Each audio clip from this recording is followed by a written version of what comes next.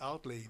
Netflix, they're the biggest part of their capex is content right now, and Steam does that without spending almost a dime on content, and they have filled every niche. They just own that entire market completely. So, by the way, everything I say for attribution, copy it, print it. I don't care. So I had a meeting with Netflix corporate planning, the actual guys who at the company, not the games division, the company.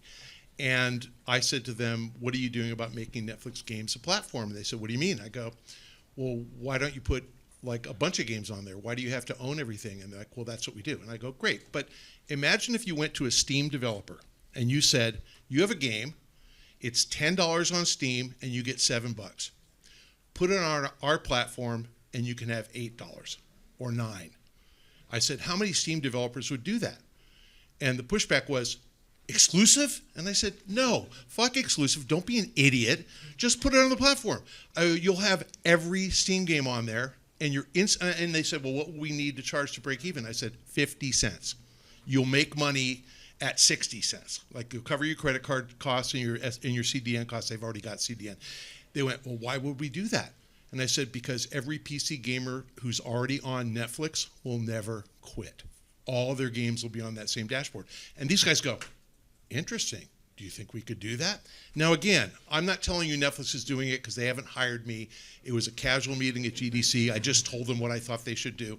But let's think out of the box. If Netflix said, we're going to put Steam out of business, and it's never been a mission at Netflix to do that, I'm betting on Netflix. I'm not betting on Steam.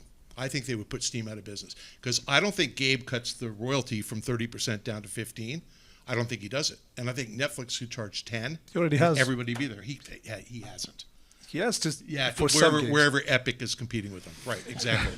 I'm talking about the entire portfolio. Epic wants to do this too. More power to them. I hope they do. As a consumer, I want to pay as much as I can for a game to go to the developer. Okay. I don't want it to go to Gabe. I don't want it to go to anybody, Apple, Google, sorry.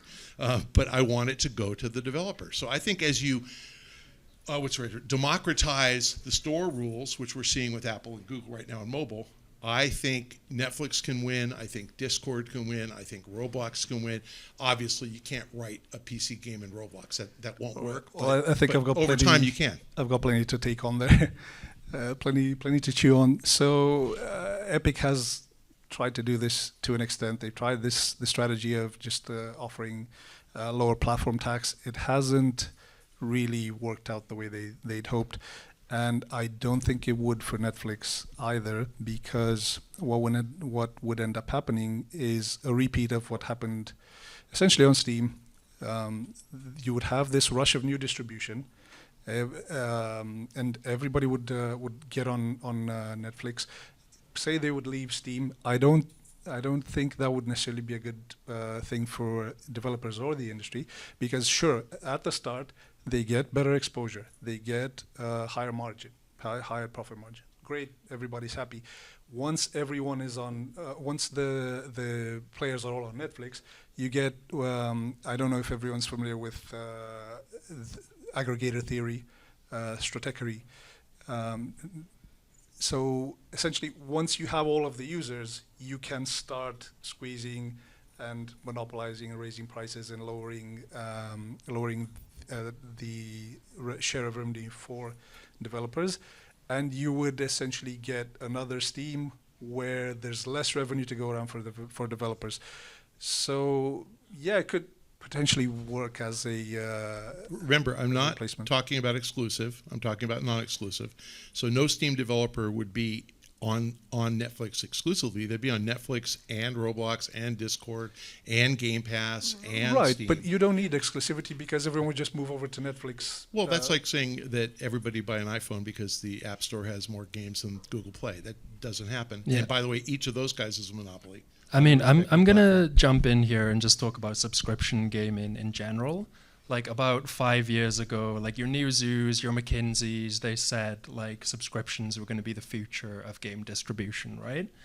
Like, you know, it was that for music with Spotify, it was it for video with Netflix. but like you can listen to thousands of songs a month. You can watch, hundreds of TV episodes a month. Most consumers can only really play 1 or 2 games a month. So kind of like copy and paste in that subscription kind of distribution to games doesn't necessarily work. There is a total addressable market for it, but it's a lot lower than your typical gamers because they can play, multiple games on free to play. They're happy to buy 1 or 2 games a la carte a year. So yeah, I just want to hear, like, how do you guys think about that, like in terms of the attention economy, right? But how many games can you play a month? Like, it's not the same as music or TV. Game Pass has already proven that it's not a silver bullet, and the elephant in the room when it comes to this business model is Steam's backlog. We all have huge backlogs that are lock-in factors, and it has so many other lock-in factors, Steam Curators, Friends List, that it would be very, very hard to imagine everyone switching over to Netflix just because the share of revenue is better for developers, because it's usually not. So I know I'm sort of doing the devil's advocate of the earlier of the earlier argument, but this is what you have to overcome in order to get the flywheel going on Netflix. And once you get the flywheel going on Netflix, you'll just move that monopoly from A to B. So what Catalan said, the very first thing he said, and he's 100% right, is the games industry can't grow if they keep doing things the way they're doing them now. And what I'm talking about is doing things completely differently. So I'm talking, to answer your question on subscription, I'm talking about Game Pass saying we are where you're going to access all your mobile games. Why? Now, Microsoft owns Candy Crush. They own Minecraft. Why are those not sitting on Game Pass? I think Minecraft might be. But why is Candy Crush not on Game Pass? Why is Diablo Immortal not on Game Pass? Why is Call of Duty Mobile not on Game Pass? And it's because nobody at Microsoft has thought of it, and they won't, because there's no original thought there. But I'm serious. But the point is, I play console games. I play mobile games. I watch TV. Right? I would love everything to be, when you log on to your television, do you know what channel anything is on? Do you know what channel Severance is on? Do you know what channel Reacher is on? Like, everybody says Netflix because they don't know. And I have to have a search function on my television so I can find this shit. And so I would love everything I do to be in one place. Where I do think subscription wins, and I think Netflix can win and Game Pass could win, they won't, but they could, is put it on the TV. The thing that we're missing is mobile games on the television, which is connected TV. But you could start a Game Pass subscription that's all ad supported, or a hybrid like Netflix, which is, I think now $7.99 plus ads.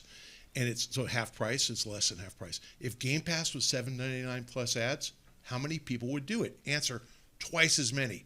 Netflix just announced they're at 70 million ad supported subscribers. 70 million. They just started it last year. It's unbelievable. So I truly think that's the solution, is think differently, which is what you said. They can't do this if the same old guys continue to run the business the way they've always run it. They need young, new punks that think differently. And if they think differently, they have a chance of winning. And to be honest, I actually think Netflix is going to win. I really do. I think the Netflix guys are going to figure this out before the other guys, because when I said it to them, they went, wow, interesting. And again, first response was, exclusive? No, it doesn't matter. Like, honestly, I don't think about who carries, Candy Crush. I don't think about it. I don't care. So can I ask you something about this? Okay, you're not exclusive to Netflix, but you bought the game on another platform. So you have it already. You have it on 3 platforms. You have it on PlayStation. You have it, and then you have to buy it again on Netflix. And Netflix or not, and the Netflix doesn't have a console, and you have to run it on someone else's hardware, which isn't integrated. Nintendo, PlayStation, their big strength is integration between OS, store, user experience. It's all one big frictionless, experience. So with Netflix, even if it's not exclusive, you get to that problem where I already own it on something else. I'm gonna have to buy it again, and there's no console, there's no controller, And I don't know if you've ever played Bejeweled or any of the Match 3 games on console, but they're not amazing experiences, not just because of the UX and the game design of it, but also the monetization design. If you've seen ports of classic mobile games or that have a very specific free-to-play monetization, and you've tried to play them either on Netflix or on Apple Arcade, where they remove the monetization, you can see right away that a lot of the retention is gone, because it's just it's designed for a completely different type of monetization, a complete different type of usage pattern.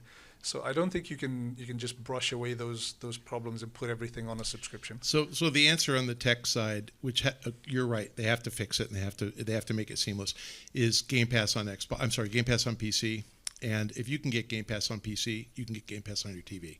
Now, you can't get Game Pass on your TV if you don't have a PC. But if you know what Amazon's doing with Luna, and they suck, so they aren't there yet. Luna, no PC, no console, it's all in the cloud. Their big claim to fame was their controller talks to your router. It doesn't talk to your TV. It's 5 milliseconds faster, whatever. Can be done. It can absolutely be done if you have the game in the cloud. And I got to say, I'm a DirecTV subscriber. Don't ask me why. $300 a month. I'm an idiot. But every subscription service that I can get on DirecTV, I have there, because then I just log on through DirecTV on my phone, and it shows up on my TV. So they know how to validate that I'm already paying for HBO, which is going back to HBO. So I think this is all fixable. And again, I'm not a tech guy. I don't understand the tech. But if Microsoft can have Game Pass on PC, they can have Game Pass on TV. And if Amazon can have Luna work without a PC, Microsoft can figure it out. I actually do think Amazon might be best in class cloud, but Microsoft's a close second, and they'll figure it out. But like, I'm just gonna challenge you on that, Michael. Like, sorry, but so Game Pass is already available on Samsung and LG TVs, so it's there. But like, you need the input device to play, right? You need the controller. Yep. So those services are already available on Samsung, already available on LG, which most American households own those TVs. So those things are already in place. So why? They went on Chromecast too. Yeah. So why is that not like borne out yet? And by the way, just so you know how long I've been thinking about this, I have 7 patents. My name. Look them up. Granted, not pending. 7. They all relate to a game controller for a television without a console. Okay, and because I've been thinking about this for 10 years, and I applied for all the patents. I have them all. So when you say you need a controller, yes, you absolutely do, and you can buy one from me. Yeah, that makes sense. But like, And it works. just to like ask the question again, like those things are already in place. So why are consumers not taking it up? I mean, the hang up with this, and Catalin again said it early, nothing's going to work the way we're doing it now. Samsung's got to get out of the operating system business because they suck. LG sucks. I spoke at a conference. Are they in the operating system business? Yes, LG has an OS, and so does Samsung for televisions. They Oh, Samsung. Yeah, so I spoke at a connected TV conference, and the LG guy comes up to me and he goes, "Why do you think we suck? Have you ever tried an LG TV?" And I go, "Yeah, I bought a 2022 LG OLED TV. It is a piece of shit, and I had to put Roku on it." And he goes, "No, it's awesome." And I said, "Right." I go, "It's awesome if I'm watching only on one TV in my house. I have 7. And if I go from one TV to another, it has no idea who I am. I've got to log in again. With Roku, one login, it works everywhere. Oh my God, because Roku figured that out. LG and Samsung don't share. So they're really stupid ways for Microsoft to hit this. Microsoft should partner with Roku, right? And Roku, by the way, you know what a Roku device costs? A real one? $10. They're giving them away. They don't care about Chinese tariffs because it'll cost $13. They don't care. They'll give it to you because they want you to be in there because they get spiff on your subscription. So this is going to happen, but back to your first comment, not the way we do things now. We have to change. So a few things, and to your point as well. And by the way, I'm entertaining. I'm not enlightening, but what the hell. He's both. Right. The unit economics of GPUs I don't think will bear out the cloud services for a very, very long time, if ever, because you have to buy a GPU, you have to stick it in a server farm somewhere, and you have to run it one-to-one for every person that logs in. And that's if that would have been viable Stadia, they would have kept going. So that's thing one. Thing two is in the history of consumer tech, whenever you've seen huge usage pattern changes, whenever you've seen an iPhone, whenever you've seen a Nintendo Switch, whenever you've seen a product that changes the way people define that category, it's almost always been an integrated solution. And that means OS, hardware, user experience, and to some extent, for Nintendo, for instance, first-party software too. And that all works together. And it also means some innovation in there, some either control or interface innovation. And historically, that's not been possible by bringing together disparate companies like Samsung and Microsoft and Roku and putting them all together. Like you have all these divisions across all these organizations that don't work together, and they're just not going to be able to make that integrated experience that just works like Apple and Nintendo. So that Okay, and I'm not smart enough to know if this is right, so I'll just throw it out there. Again, I made a speech in Barcelona 2015, September 19th, 2015, about why Amazon was going to win this, because I said they're going to build that GPU into an Alexa device, and it was going to be sitting next to your TV, plugged in, so it had unlimited power and cooling, and that would be the device. And Rich Hilleman, who's speaking somewhere else here, came up to me and he goes, "You're spot on, that's what we're doing." Now again, here we are 10 years later. I have no idea if Amazon's still pursuing that, but it can be done because Amazon can I think, I don't know if Alexa's the answer. Amazon can penetrate every household with an Alexa device because they can, and they will. It could be your freaking doorbell. It could be a Ring device that's talking to your TV. I don't know. It could be your PC, and they'll tell you, leave it on. Just leave it on all the time, and it'll talk to your TV. I don't know. Not a tech guy. It all sounds doable to me. I'm making this up. Well, now you're talking actually with the PC. I think that's absolutely it, and I think we can sort of segue into another Yeah, we'll move on now. talking point. Yeah, I think like budgets are a big thing we need to talk about because we're talking about like revenue growth and engagement growth in the industry. But like for HD games, for PC console games, over the past like 10, 20 years, there's been like a slow budget creep. Like it used to be, 40 million was your AAA game 15 Nothing years slow ago. about it. Yeah, exactly. Well, I don't know. It's been like year on year, but now like your AAA games is like 200, 300 million. GTA 6 is like 2 billion. And this seems to me anyway quite like unsustainable. And we have had some smaller game releases like Expedition 33, Split Fiction, Astrobot that have had far cheaper budgets, but they have that like AAA kind of feel to it. Like, is this maybe a counter to like the decrease in profitability that we see? I'll throw this to you, Kathleen. Well, we're going back to movies, aren't we? I think I've seen this, and it was very surprising, very puzzling to me, from veterans, 20, 30-year veterans who made the case that actually it's really great that budgets are inflating because that's a sign of an industry that's maturing, and movies do this, and you have all these tentpoles that are billion, 2 billion, and that's great because we're going to be just like movies. I do not think that's the case even a little bit, that the industry cannot support that level of, you'll get 2 or 3 maybe, and if one of them tanks, which it may do, then it just takes away, it just wipes away thousands and thousands of jobs. It wipes away 20 studios. And you have to then go back to investors and go, all right, please give me another 2 billion so I can try this again, and they will probably just laugh their asses off. So that's that's not even on the table unless you're GTA. I think there's 1 or 2 that you can do that. And I completely agree. The console PC business is very likely going to continue to decline for purchase games. So we're going to buy fewer games. Sony's pivot was make everything live services, and so of course they came out with Concord, but they have no clue what they're doing, zero, and it's sort of like a movie studio saying we're going to create a reality TV show. We're going to have James Cameron be the host. And it's like, or the Russo brothers. James Cameron made Avatar, Russo brothers made Avengers.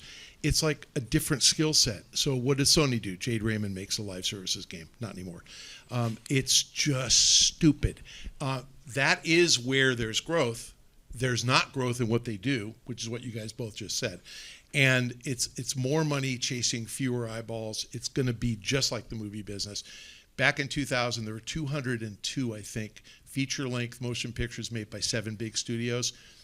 This past year, the same 7 studios have consolidated 90. So, and we had a strike, so it'll be 100 this year.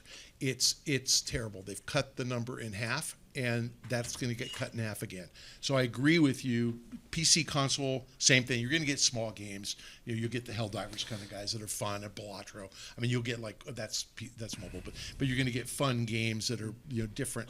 But no, there's going to be one GTA every 15 years, and there's going to be a Madden every year and a FIFA FC every year.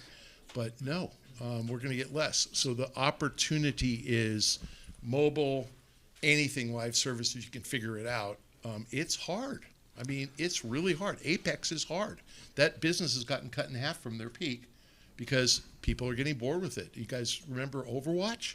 So I actually have a rebuttal there. The live service part especially. In order to support those budgets, obviously you need huge audiences and you need monetization that goes well beyond the premium. So the problem is that market is entirely sewn up by the incumbents. Nobody's taken, and there's no new market. No, you have to take away from someone in order to just like Reese said. So this puts live service in there's a live service dilemma there because we can't leave the revenue that live service offers. There's no way that the industry is going to walk away from that type of revenue, from that powers those valuations. It's just not going to happen. Nobody says, well, games are just going to stop making billions and hundreds of millions now. We're just going to step away from the millions of players, and we're just going to do small $5 million games. And nobody's going to do that. So what you need to do is figure out what's the other way apart from classic live service that you can reach those revenues. And this has been pretty much my hobby horse of we need new economic models to do that. So period. We need new economic models to do that. We need a new type of free-to-play. We need a new type of business model. And that new type of free-to-play is Roblox and 20 others that haven't been invented yet. And I say Roblox because 10 years ago Roblox was about 10% as big as it is now, and it's growing amazingly and through no innovation on their part. It's all the users, the developers on Roblox, who are coming up with Grow a Garden. Why would anybody play that game? 15 million peak concurrent users in that game. It's crazy. Mm-hmm. But why would you play it? And I guess if you're from the UK, you understand what a garden is, but people in California, we have no idea. So, yeah, I think that's where the innovation comes, is creating a platform. I truly think that's what Netflix wants to be. They just don't know how to do it. Mm-hmm. And I think that's what Game Pass should want to be. They don't know how to do it. I know that's what Discord wants to be. They don't know how to do it either. It's so okay. Somebody's got to figure it out. Roblox doesn't know how to do it either. Yeah, that's true. I just want to go back to something quickly. Like, this panel is about growth in the games market. We've got another half an hour. We'll do in the 50 minutes questions. Yeah, but it's getting hot in here. You guys going up in the back door? Yeah, it's pretty hot in here. But going back to because this panel is about growth in the games market, and we've talked about live services. But live services, in my experience, are largely zero sum. For example, Marvel. Sorry, can I rebut Michael while I have his? Yeah, well, I've got the juices flowing. Go for it, man. All right, yeah, please. Just because this Roblox thing is probably going to be the biggest disagreement that we and the most direct, because I can take your basic premise of UGC. Yes, it has the potential to become the new sort of live services, but I don't think the way Roblox does it, I don't think the way UEFN does it is the sustainable model for the future that we can just all pile into the way we did in 2008, 2009 with free to play, because it's not mature yet. The content isn't quality. It's mostly IP infringement. The audience is like I don't know, hot take. It's the truth. I don't think it's that hard to take, to be honest. And the audience is, they have low expectations by design. Oh, thank you. They have very low expectations by design, and this is why that worked. But I don't think you can spin up another Roblox starting from where Roblox started. I think you can only do it from exactly the opposite of the strategic landscape. So you have to come in premium, you have to do very hard curation of content to make sure that the content is very high quality. You have to have amazing tools, and I think probably the most controversial thing, you need a strong core loop, because people creating UGC, they do not have the know-how to create strong core loops from scratch, to create new genres, to create, their own power worlds, their own takes on established genres that have that level of quality that they can drive a Roblox. And the overlooked part of that is not only do you need UGC, but you also need efficient secondary markets, player-to-player economies, to drive that growth and to monetize, because you're not going to be able to have that centralized planned economy of consumables and boosts and battle passes and everything that we have now. That's going to look a lot different. So we need to hit the same revenue levels, but with very different types of IAP, and probably ad revenue as well, ad-driven revenue as well. And I have to say, I don't know the answer to this either, so I'll just make some shit up. But That's what I did. This is like, Facebook, MySpace begat Facebook, which was different and better. And then Facebook begat Instagram, which is different and better. And then Instagram begat Snap, which was different and better. And then Snap begat TikTok, which is different and better. And they're all different. And I don't even know, like, you look at TikTok and it looks like something you saw 30 years ago, but it's not. And I don't know why. I don't know why it works. But I know that there's some person who isn't yet born who's going to figure this shit out. And they're going to come up with some model. And I'm born. Yeah, no, but I know that's going to figure out and make it happen. That it's actually going to make it happen. And that's why when I throw out Discord or Roblox or Game Pass or Netflix, I'm just saying guys with giant audiences have the potential to exploit their giant audience, deliver to that audience something they want, keep them on their platforms longer. Amazon with Prime, maybe. But again, I don't think Amazon Games has any clue what they're doing. So I don't expect that they will do it. Roblox, I agree with you. The Roblox CEO does not know what he's doing, but he's created a platform that's just kind of cool and works, and stuff just shows up there. And loses hundreds of millions. He doesn't lose money. Not personally, yeah, but Yeah, in terms of profitability, it's really low. I don't know. Okay, that's my day job. So everything I said I don't know about, that I do know about. They mint money. So don't forget what you guys think is profitability. Don't worry about it. They mint money.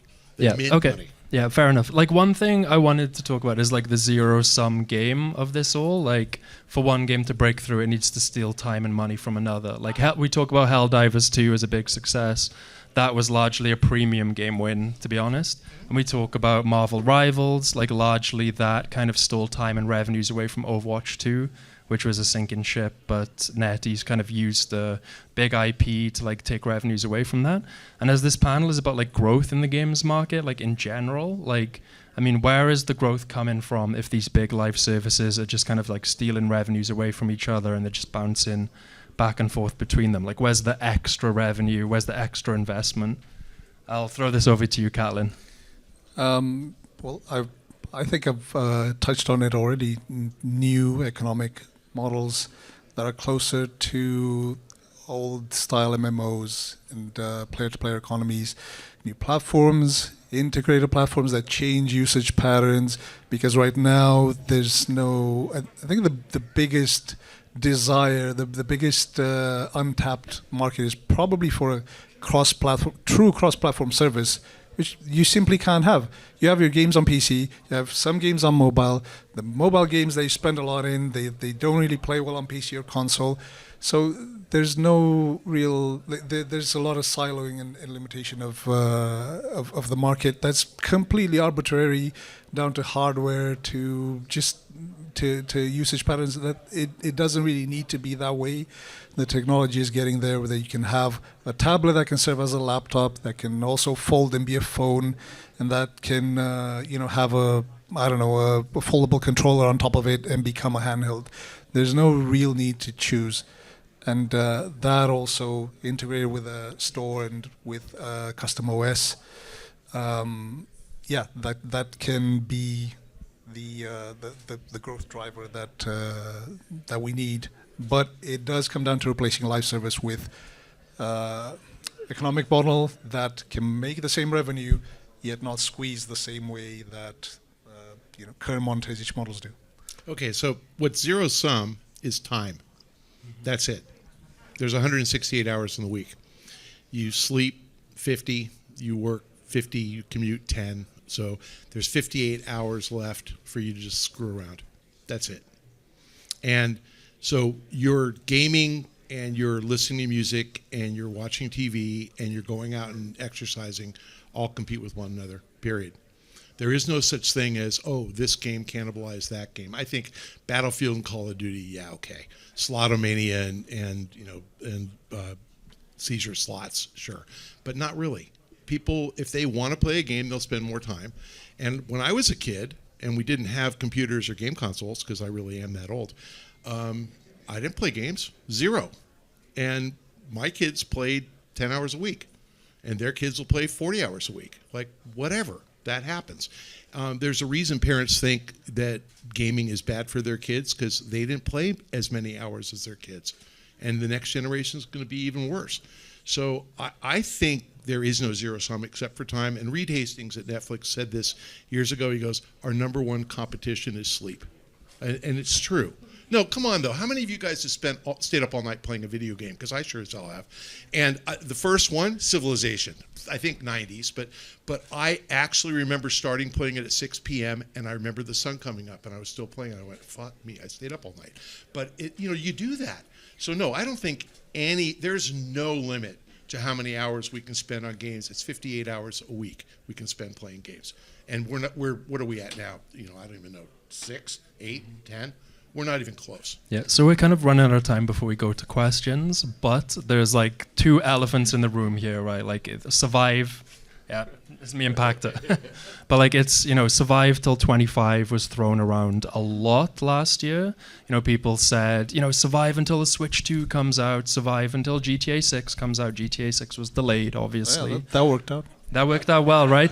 But we're at 2025 now, and very little has changed. So how can the Switch 2 save games revenues, or how can GTA 6 save game revenues? It sounds so crazy to ask. Yeah, it's gonna. Yeah, GTA 6 will only benefit Take-Two, but the Switch 2 can provide a lifeboat and extend the product life cycles of older, premium games, for example. Where do we see that going for third parties on Switch 2? I mean, the most important thing about the Switch 2 is that it's Nintendo's first AAA console. So that'll help because it can actually run third-party games. Mm-hmm. Beyond that, it's not a magic bullet because Nintendo's games will do a lot more business on Switch than third-party games, even if they run well. Because again, you have to buy them again. Right, you have to spend another $50 on Call of Duty Black Ops for Switch. So I don't see that happening. Maybe for GTA, but not for your entire back catalog. So yeah, it's not a magic bullet at all. But Nintendo is probably the most solid and the most kind of future-proof company in the games industry. But in their segment, in their kingdom. Beyond that, I don't think they're going to impact the wider industry too much beyond the price change. And we're back to the first topic that Catalin brought up, and I completely agree with. Games as we know them are in decline. That's not reversing. I mean, you might get a pop, when GTA comes out, and you might get some more revenue. You might get a pop when people remaster their entire catalog for Switch 2. But no, hardcore, AAA console games, not a growth business, and hardcore PC, not a growth business. The growth business is mobile. The growth business is Mobile, not a growth business. No, it can be if you expand it and you monetize through advertising, growth revenue, not growth user. Okay. But honestly, I truly think every 80-year-old alive today has never played a mobile game, and every 8-year-old alive today is going to play mobile games for the next 72 years. So I actually do think it's a growth business because our parents are dying and our kids are playing games. I truly think the business is going to grow. That's about 1.7% a year, just in case you can't do the math. But it's still growing. I think it's good enough. What's inflation again? Inflation will happen too. That's more users, 1.7 users. Oh, 1.7% users. All right, fair enough. So there's another elephant in the room when it comes to mobile, which is TikTok, and that's been sort of discussed to death in mobile. I know there's more of an HD kind of conference, but yeah, TikTok is it has been sort of credibly measured to take away a lot of time from mobile games, and it's a little bit of a hair on fire situation on that side of things. And my personal take on that was that it's just so close. It is the usage pattern is the engagement model is just so close. You're on TikTok. It's like you're playing a mobile game, and mobile game differentiation has just been sanded down until they're all basically the same game with the same engagement loop, the same progression, same everything. So yeah, but you don't get the pinch for TikTok. Like with TikTok, it doesn't stop you at one point and go, you gotta pay now. So you can just keep going forever. And this is, there's a lot to talk about here with IDFA as well and Apple and the implications of that. But I don't think the model will work the way it has done so far anymore. Not for too long, because UA costs are just spiraling. AI is just going to eat that entire value chain of user acquisition. And Apple's just made it worse with the 30% thing, because they basically incentivized a huge increase in UA prices. So they basically just made it so that there's less inventory for ads, because people are more incentivized to move to IAP. And they've left the door open for Apple, which is basically UA monopolist in mobile. So yeah, I don't think that's unless you're an incumbent, and the overall growth from incumbents can outpace. But like for everyone who's not huge in mobile right now, they're not going to get huge at all. Yeah, makes sense. Okay, we've got 15 minutes left, and we've got Michael Pachter on the panel, so I think it's time for questions. Okay, you, sir, there. One question regarding the growth part. Do you think? Thank you. Do you think gamer safety or lack of it is something that is causing this hindrance? Because in the global south, there has been sort of a negative momentum, be it parents, teachers, policymakers, towards gaming, and there could be a lot of growth there. So, what's the role of safety of gamers in the growth? What sort of safety do you mean? Do you mean oh? Trust and safety, user safety. I mean that's one of the main drivers in degrowth, I would say, because you have all these. The trend is to regulate in the European Union, where I'm from.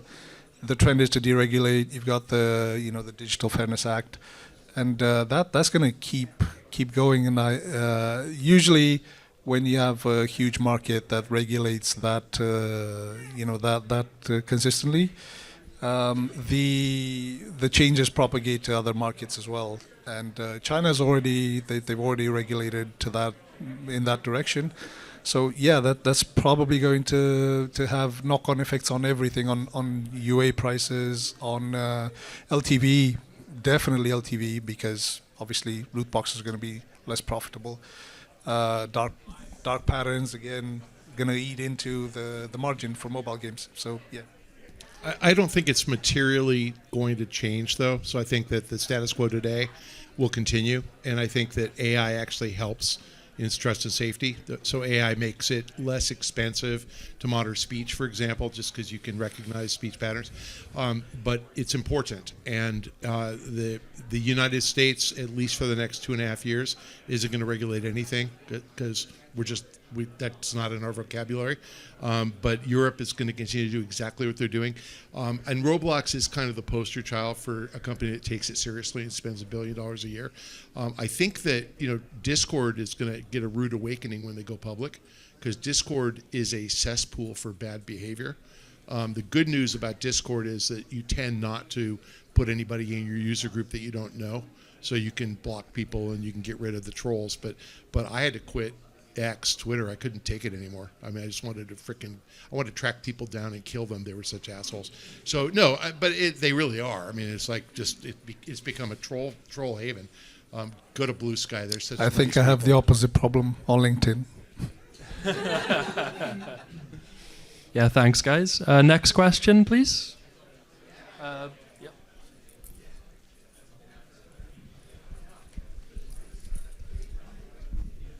Hi, thanks. I have a comment that will, I promise, lead to a question. I've been making AAA games for over 40 years now, and I've seen the growth of budgets and team sizes, and they are not the future. I can guarantee you that. We could talk all day about that. But in fact, I've actually worked with at least one person in this room on a team of 800 people. But I'm moving into AA, so I can take some crazy chances, and I don't have to make $1 billion. In fact, I'm never going to work again. I couldn't care less about making $1 billion. I have other success criteria. Well, it's true. But most of what you've said so far today seems geared towards AAA. And I'm wondering if my move into AA dooms me and I'm never going to get work again. I mean, I'm gonna tell Warren Spector he's doomed, right?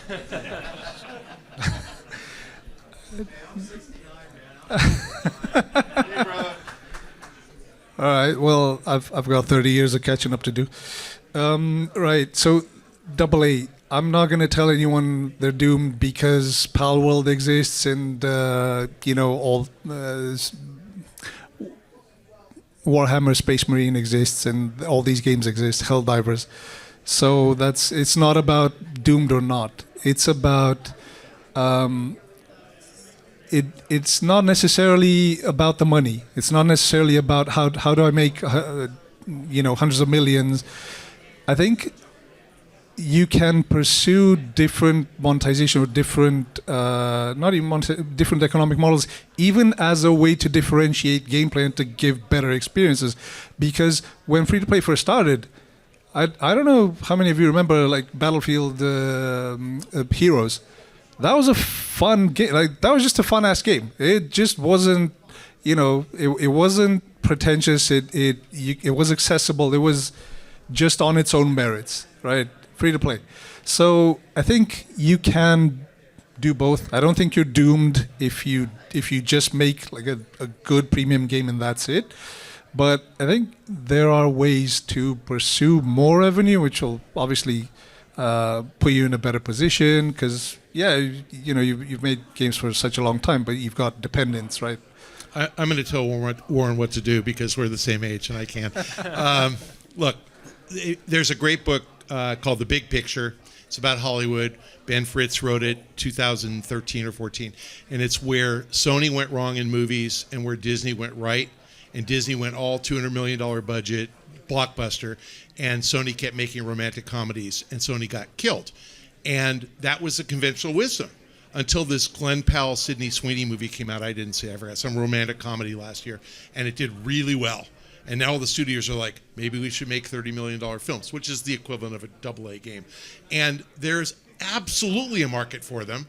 And if you're realistic about it and you spend $5 million or $10 million making a game and you're like, I need to make 20 and I'm golden, I made profit. Yes, absolutely. but you're never going to get like EA to say, well, I mean, they did. It Takes Two. I mean, EA will do it. Split Fiction. I mean, they'll do it if they think it's the right formula. But absolutely, there's a market for that. It's just not going to be $1 billion, and who cares? Like you said, we're old guys. Like we're done. We don't have. You should. No. We're done making money, dude. Entertain people. That's all I'm living for. I get up every morning just saying, can I make anybody laugh? All right, so there you go. And I honestly think you have so much more to give. Yeah, make AA games. I'll buy them. Don't send me anything free. I'll pay. Yeah, but there's there's one other implication. It still takes 5 years to make, right? If it makes 200 million, if it makes 10, it still takes 5 years to make. So I don't think it's that,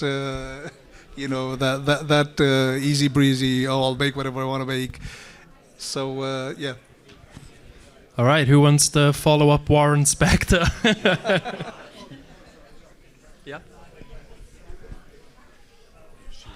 Hello. You had brought up the model of like Netflix, which I agree with you on, and you had kind of rebutted and said, but there's multiple different, like, how are you going to go stream across, different components? Talk louder. Sorry. You had kind of rebutted and said something about not being able to go from Netflix to another platform using the same game.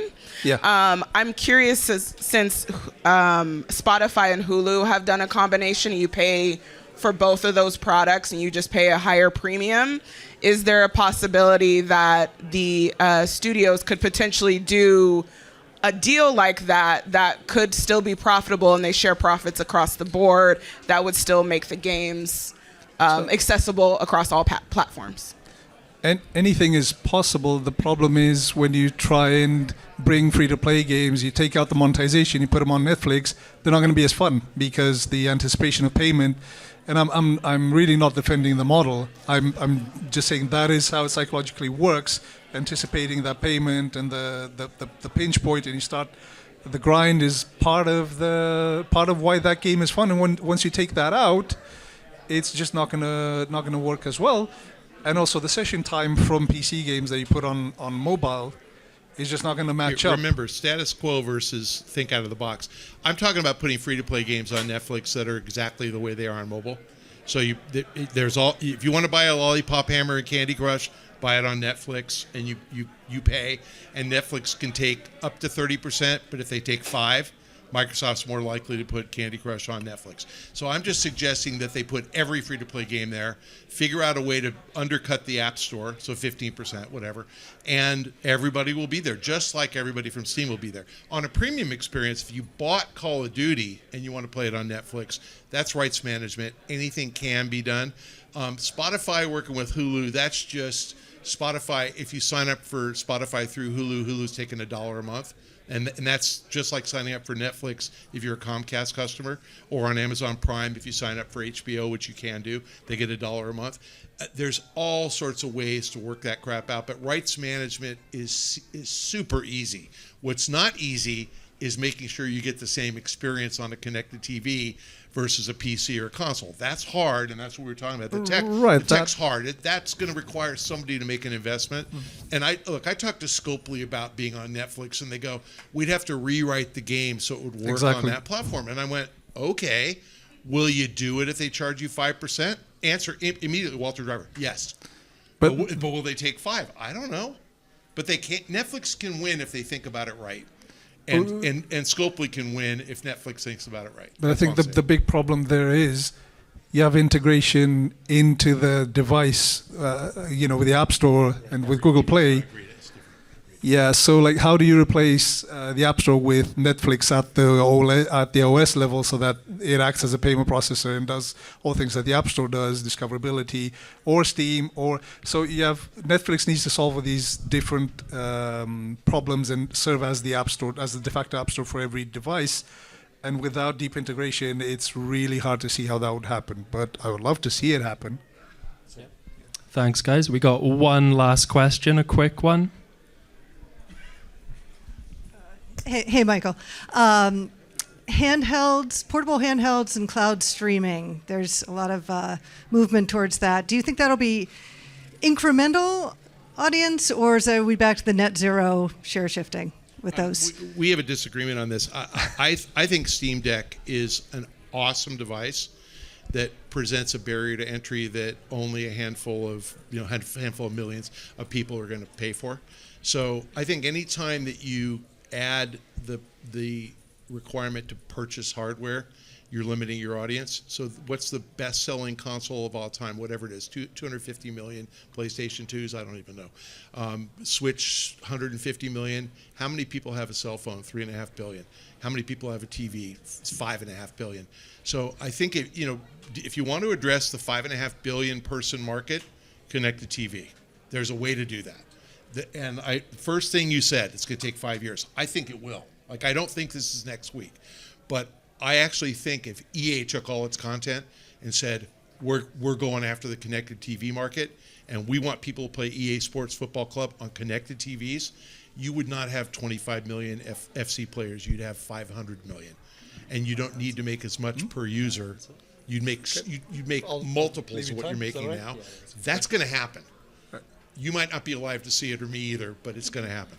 Warren Spector is going to write that game. Right, I've got a hot take on this one, to no one's surprise. I think the Steam Deck is a netbook, essentially. I think where netbooks were in 2006 is where the Steam Deck is now. I think it's going to get reabsorbed into laptops because laptops are getting just incredibly light. They're getting to the 500 gram, 600 gram. And Microsoft just put out a 600 gram laptop today, or the day before yesterday, and if you stick a controller on that, it's a Steam Deck. Of course, it's ARM. It'll take a bit for the gaming part to catch up, but integrated GPUs are getting really, really good, and I think that's probably going to be where the Steam Decks are headed. But you run back into the problem of integrated OS. And I think it's going to take a really long time for TVs, just like normal TVs, to run games as well as a laptop. So I don't really know. Unless you count cloud gaming, I don't know how that would happen. Yeah, I'm going to be a really bad moderator and also try and answer the question.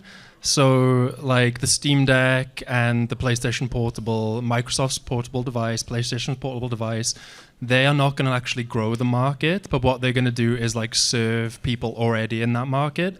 So your PS5 owners will buy the PlayStation Portable and spend more time playing on PlayStation, spending more, just as your Steam Deck owners are core PC, hardcore PC gamers who, play their PC at home and then, they commute and play the Steam Deck, or they're on the couch with their girlfriend and their family and they play the Steam Deck. And so it's not actually going to grow the market, it's just going to grow engagement and therefore revenues. That's why they're doing that, in my opinion. And it's also not going to solve the second screen problem because people like to fiddle with something while they watch something. So that's why you can't really play Switch while you're playing it, while it's docked. So good luck trying to solve that cross-platform. Yeah, exactly. That brings us to the end of the panel. Can we get a round of applause for Kathleen and Michael?